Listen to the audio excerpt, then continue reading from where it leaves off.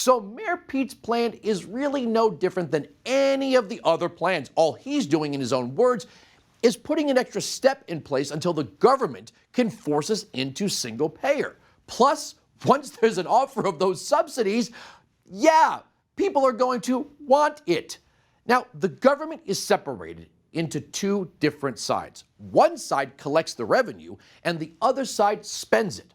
When the government takes over the duty to provide a service, the relationship between how much an individual pays for a service and what the individual receives in the form of services is broken.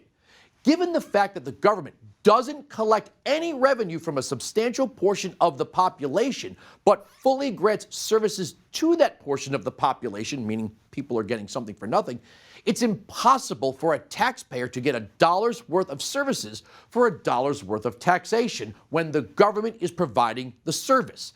Now, 10 years ago, Democrats like Representative Jan Schakowsky, who personally helped launch Obama's presidential bid, told us their intent in plain language. I know that many of you here today are single-payer advocates, and so am I.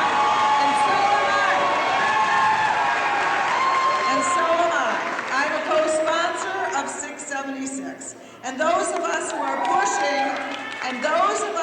pushing for a public health insurance option don't disagree with the goal. This is not a principled fight.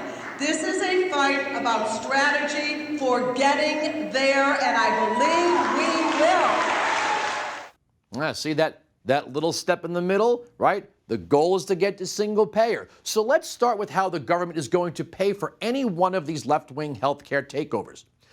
Spoiler alert, you're going to pay for it. But who remembers Jonathan Gruber? He was the Obamacare architect. He designed the funding model, and here he is describing it in detail. This bill was written in a tortured way to make sure CBO did not score the mandate as taxes. If CBO scored the mandate as taxes, the bill dies. Okay, so it's written to do that. In terms of risk-rated subsidies, if you had a law which said healthy people are going to pay in, it made explicit that healthy people pay in and sick people get money, it would not have passed. Okay, just like lack of transparency is a huge political advantage. And basically, call it the stupidity of the American voter or whatever.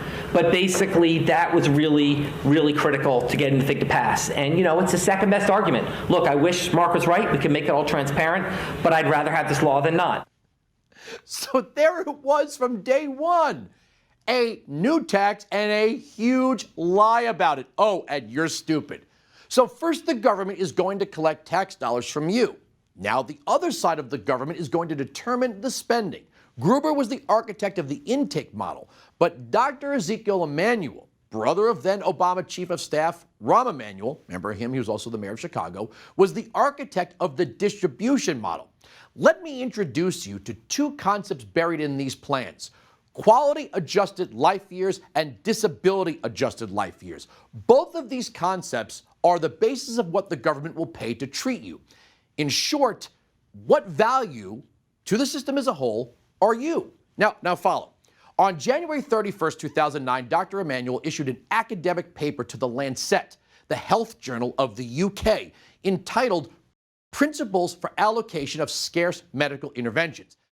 Now, I have to do this. I'm going to tread on your attention span here, but stick with me. So here we go. Speaking on what he calls the complete lives system, Emanuel lays out how the progressive healthcare system will work. Quote, consideration of the importance of complete lives also supports modifying the youngest first principle by prioritizing adolescents and young adults over infants. Adolescents have received substantial education and parental care, investments that will be wasted without a complete life. Infants, by contrast, have not yet received these investments. Similarly, adolescence brings with it a developed personality capable of forming and valuing long-term plans whose fulfillment requires a complete life. That's how quality-adjusted life years works. So to hell with the babies, they aren't worth anything. I mean, that is unless, of course, they have an important last name or attached to government. Well, then comes this. Quote, when implemented, the Complete Lives system produces a priority curve on which individuals aged between roughly 15 and 40 years get the most substantial chance, whereas the youngest and oldest people get chances that are attenuated. It therefore superficially resembles the proposal made by disability-adjusted life years advocates. However, the Complete Lives system justifies preference to younger people because of priority to the worst off rather than instrumental value. Additionally, the Complete Lives system assumes that although life years are equally valuable to all, justice requires the fair distribution of them.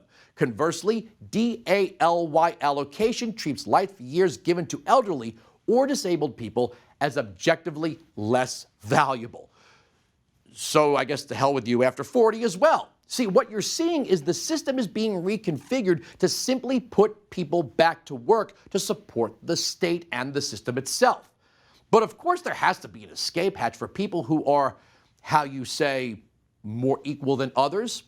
Quote, unlike the previous values, social value cannot direct allocation on its own. Rather, social value allocation prioritizes specific individuals to enable them to promote other important values or rewards them for having promoted these values, unquote. So who are those specific individuals? Ah, yes, the people in government. Do you think the elites are going to wait online with you? So here's the argument. The left in this country isn't trying to improve healthcare, and let's be honest, they can't. To do that, they'd have to get the government out of the way, and that's not going to happen. This country has over 350 million people, and no one-size-fits-all program could ever work. But the Democrats want us to be more like the UK. Why? For those great cancer survival stats? Note they are dead last in the industrialized world, but you didn't hear that from me. There is no EU-wide healthcare system. And when they claim the free market has failed and insurers are evil, they leave out how much the insurers are actually regulated and thus protected against competition. We've never actually seen the free market at work in healthcare. They're just trying to control it, and by virtue control you. With the addition of a quality-adjusted life years system, American citizens would find themselves ever more denied life-extending treatments as the system would ever more favor newly arrived immigrants and even illegals. Why? Because you're going to be treated based on the returns to government, not necessarily your personal needs. Remember, all of the 2020 Dems want to provide health care to illegal aliens, and the system, as the Democrats want it, would first decouple your relationship as a payer into the system versus what you get out of it. Next, it would eliminate the premium of citizenship, and then it would treat you as a nameless, faceless number on a spreadsheet and not a paying customer. Then finally, in the end, there'll be nowhere else for you to go. How long will it take to get treated? The line forms to the left.